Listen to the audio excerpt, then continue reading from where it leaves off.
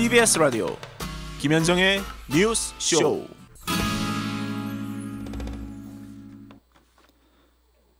네, 코로나19 상황 심각해지면서요. 학교에도 비상이 걸렸죠. 지역 전파가 학교까지 이어지면서 학생과 교직원 감염 사례가 늘다 보니까 2학기 등교 개학 쉽지 않아 보입니다.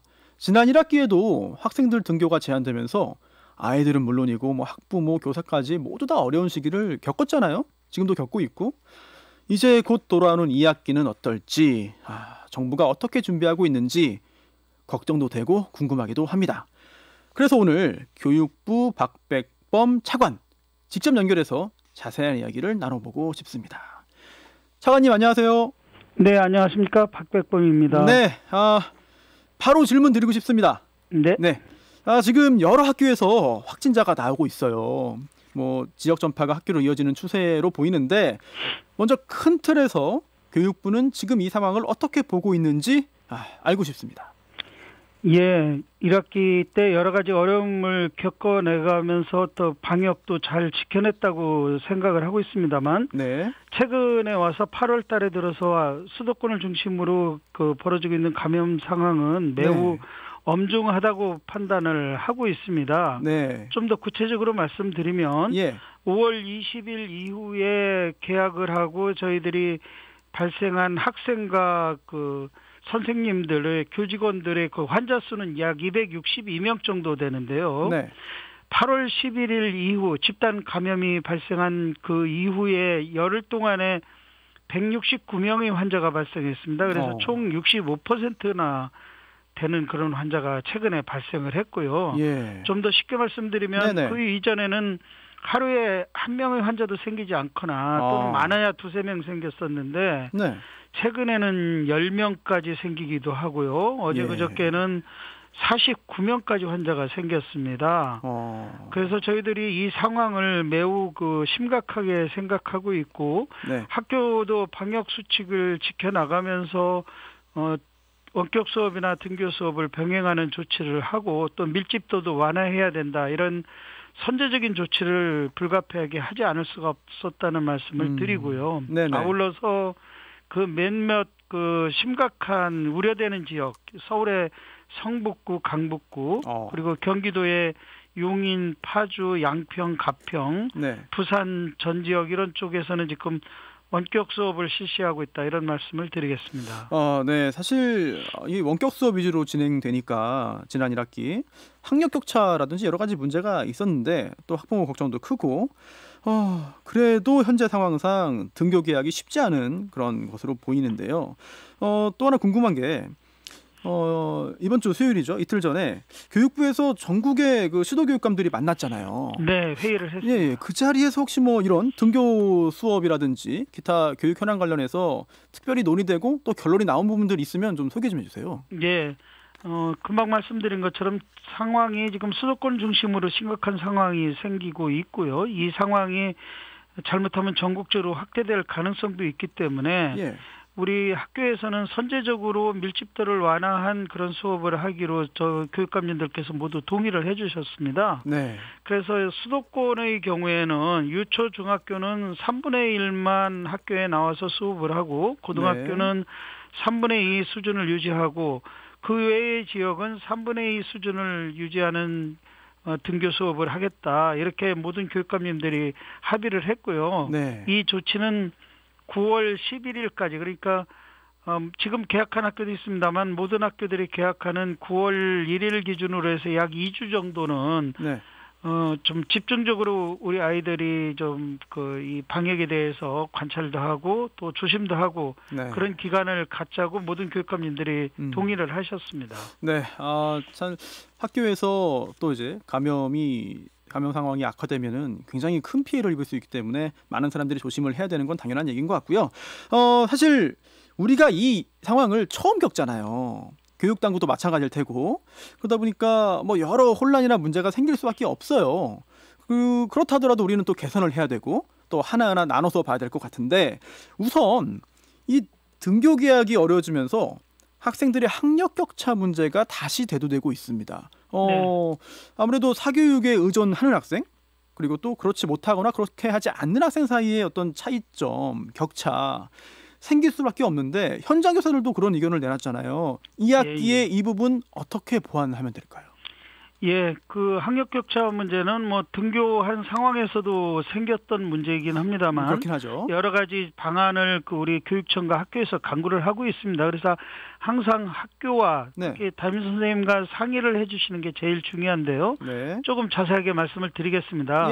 우선 첫 번째는 이런 어려움을 겪는 아이들, 학습 결손이 있는 아이들은 아무래도 학교에서 선생님들과 아니면 선생님들을 보조해 주시는 분들이 도와주는 게 제일 좋겠죠. 그래서 담임 선생님이나 교과 선생님 또는 교원 자격증을 소지하신 뭐 기간제 선생님이라든지 방과후 강사 또 사대생, 교대생 이런 보조 인력이 학교에 못 나오는 경우에는 쌍방향 원격 수업을 한다든지 아니면 지금 30명 넘는 이 과밀학급이 있을 경우에는 분반할 경우에는 이제 선생님을 도와주는 이런 보조 교사가 나머지 반을 맡는다든지 또는 방과 후에 학습 코칭을 한다든지 상담 지원을 한다든지 이렇게 준비가 되어 있습니다. 그래서 학교와 상의하는 게 중요하고요.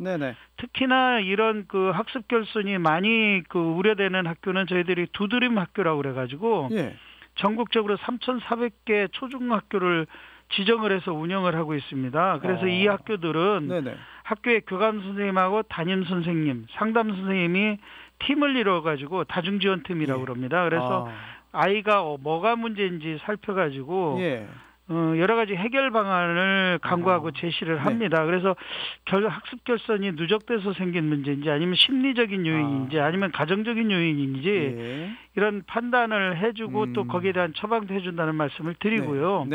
학교 내에서 어려움이 있으면 그 다음에는 교육지원청마다 그 학습 종합 클리닉 센터라고 있습니다. 마치 우리 종합병원처럼 전국에 130개소가 있는데 여기를 가면 그 아이의 문제점을 찾아내서 해결 방안을 제시를 해줍니다. 그래, 이런 방안이 있고요. 그 다음에 가장 보편적인 방안 중에 하나는 이제 인터넷을 통해서 온라인 콘텐츠가 지금 보급이 되어 있는데요.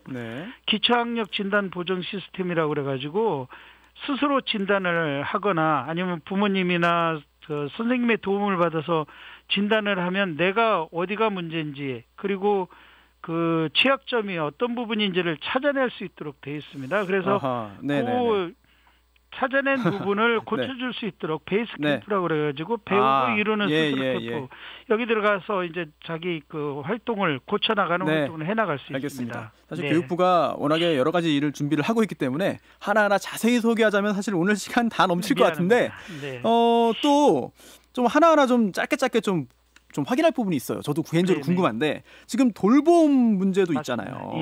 이거 좀 수용 인원 초과라든지 이 돌봄 대책은 어떻게 되고 있는지 좀 간단히 좀 말씀해 주세요.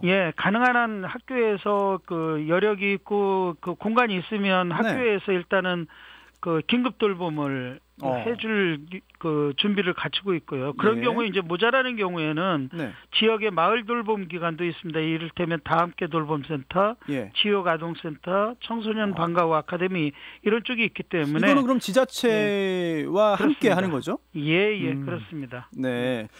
이제 대학으로 좀 가볼게요. 이게 대학 강의도 온라인으로 하다 보니까 불만이 많은데 특히 뭐 실기 위주, 실습 위주의 학과는 더욱더 그런 것 같습니다.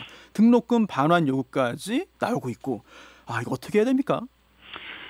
뭐 대학도 어쩔 수 없이 그 온오프라인을 병행해서 수업을 진행할 수밖에 없고요. 당연히 저 실습 위주의 학과나 전공은 소수로 구성을 해서 이제 실습은 오프라인 즉 등교해서 할 수밖에 없고요. 온라인의 경우에는 그 여러 가지 질을 높이기 위한 그 조치를 강행하고 있다는 말씀을 드리겠습니다. 학교 내 원격 수업 관리위원회라든지 강의 평가라든지 이런 걸 통해서 질을 높이기 위한 그런 노력을 하고 있고 정부에서도 원격 지원센터라는 것을 전국에 약 10여 개 만들어 가지고 대학에 또 그 원격 교육이 가능하도록 보조 인력을 그 지원을 해주겠다는 말씀을 드리겠습니다. 장학금의 경우에는 지금 정부 예산을 약 1,000억 원 정도를 확보를 해서 마중물로서 각 대학이 그 스스로 특별 장학금을 지급하도록 그렇게 요청을 드리고 있고요. 이 1,000억 원은 그럴 경우에 대학의 원격 교육을 지원하는 그런 예산으로 활용할 수 있을 것 같습니다. 네, 사실 교육이라는 게 어떤 강의나 수업도 중요하지만 또 함께 모여서 또 사회를 체험하는 그런 사회성 교육도 중요한데 그 부분이 안 되니까 참 여러 가지 걱정이 되는 것 같습니다. 또 이렇게 대학을 가려면 또 수능을 봐야 하는 경우가 많은데 수능 이제 예정대로 진행됩니까? 올해 예정일이 며칠이죠? 예, 예년보다 2주 늦춰서 12월 3일 날 수능을 실시하고요. 예정대로 진행됩니까? 예, 현재 상황으로서는 만반의 준비를 저희들이 다 갖춰놓고 지금 진행되고 있습니다. 그런데 또 예전에 또 필요하면 플랜 B도 대안도 준비하겠다는 말씀하셨는데 그럼 상황이 더 악화되면 정말 예정대로 수능 이제 시험 치르지 못할 상황이 되면 연기 가능성도 있는 건가요? 지금으로서는 연기하지 않고 12월 3일 날 하겠다는 저희들 확고한 의지를 가지고 있습니다만 항상 유비무환이라고 비상 상황에 따른 대응은 또 준비를 해놔야 되지 않겠습니까? 당연하죠. 그래서 그 다양한 경우의 수에 대비한 대책은 가지고 있습니다만 현재 상황은 12월 3일 날 예정대로 철저한 방역 관리를 통해서 수능을 시행한다는 게 저희들 방침입니다. 네, 알겠습니다. 사실 이게 뭔가 바뀔 때마다 학부모들 또 학생들이 혼란에 빠지는데 최대한 안 바뀌면 좋겠습니다만 그래도 어쩔 수 없는 상황이 발생하면 또 혼란을 또 감수해야 되는 일이 생기기 때문에 많은 분들이 저도 그렇습니다만 좀 여러 가지 힘든 상황을 맞고 있는 것 같습니다. 사실 이렇게 코로나 상황이 힘들고 또 전망하는 게 어렵잖아요. 이거 처음 겪는 일이다 보니까. 그래서 이번 사태가 종결 또는 진정되더라도 앞으로 또 다른 바이러스가 다시 번질 가능성이 있어 보입니다. 그래서 이런 상황에 대비한 미래 교육이 필요할 텐데 교육부가 이 부분 고민을 좀 많이 해야 될 것 같아요. 현재 어떤 논의 이루어지고 있는지 궁금합니다. 예. 맞습니다. 위기는 곧 기회라고 보통 얘기들 합니다만 이런 상황을 겪으면서 저희들 또 배우는 것도 있고 미래에 대한 준비도 또 해야 된다고 생각을 합니다. 예, 지난 화요일 날 대통령께서 서울 시내 창덕여중을 방문을 하셔서 일일 수업을 받으셨습니다. 거기서 이제 미래학교의 모습을 보여줬는데요. 쉽게 말씀드리면 에너지 절약형 그 그린스쿨도 만들고 그린스쿨. 그다음에 그 스마트 기기를 활용한 디지털화된 학교도 만들고 그래서 그린 스마트 미래학교라고 저희들 명칭을 붙여서 지금 추진을 하고 있습니다. 아울러서 노후 시설도 개선하고 또 지역 주민하고 같이 쓰는 시설 복합화도 하고 궁극적으로는 학생과 교직원이 이런 리모델링이나 공간 혁신에 모두가 참여를 해서 학생과 교직원이 원하는 그런 공간으로 만들어 나가서 궁극적으로는 혁신적인 교육이 가능한 그런 미래학교를 준비하고 있다는 말씀을 드리겠습니다. 저는 사실 그린 스마트 스쿨 이거 오늘 처음 들었는데 이 부분 좀 특징이 뭔지 또 어떤 점을 좀 주력해서 준비하고 있는지 좀 간단히 좀 추가 설명 가능할까요? 예, 그렇게 하겠습니다. 우리 청취자 여러분들은 전부 그 초중고등학교 다닐 때 똑같은 학교에 다녔을 겁니다. 미음자형의 그 획일화된 박스형의 그 천편일적인 학교를 다녔는데요. 교사가요? 예, 학교도 그렇고 지금 또 더더군다나 문제되는 것은 전국에 학교 시설이 약 4만 동이 있고요. 그중에 20%에 해당되는 한 8천 동은 40년이 넘은 그런 노후화된 학교입니다. 그래서 이 차제에 지금 이 학교를 전부 그 미래학교로 이제 탈바꿈을 해 나가야 되는 그런 상황이고요. 그렇죠.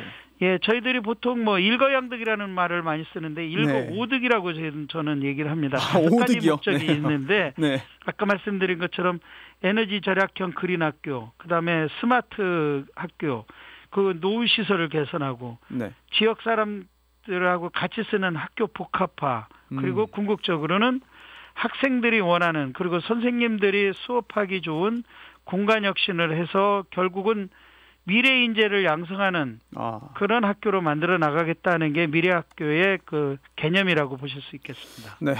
참 처음 겪는 이 코로나 사태, 교육 관련된 부분도 여러 가지 혼란이 있는데 교육부가 좀 더 신경 쓰고 또 교육 수요자들의 어떤 여러 가지 요구를 좀 더 반영해서 이제 더 좋은 그런 정책 준비해 주시기를 좀 부탁드리겠습니다. 오늘 말씀 여기까지 듣겠습니다. 감사합니다. 네, 감사합니다. 네, 지금까지 교육부 박백범 차관이었습니다.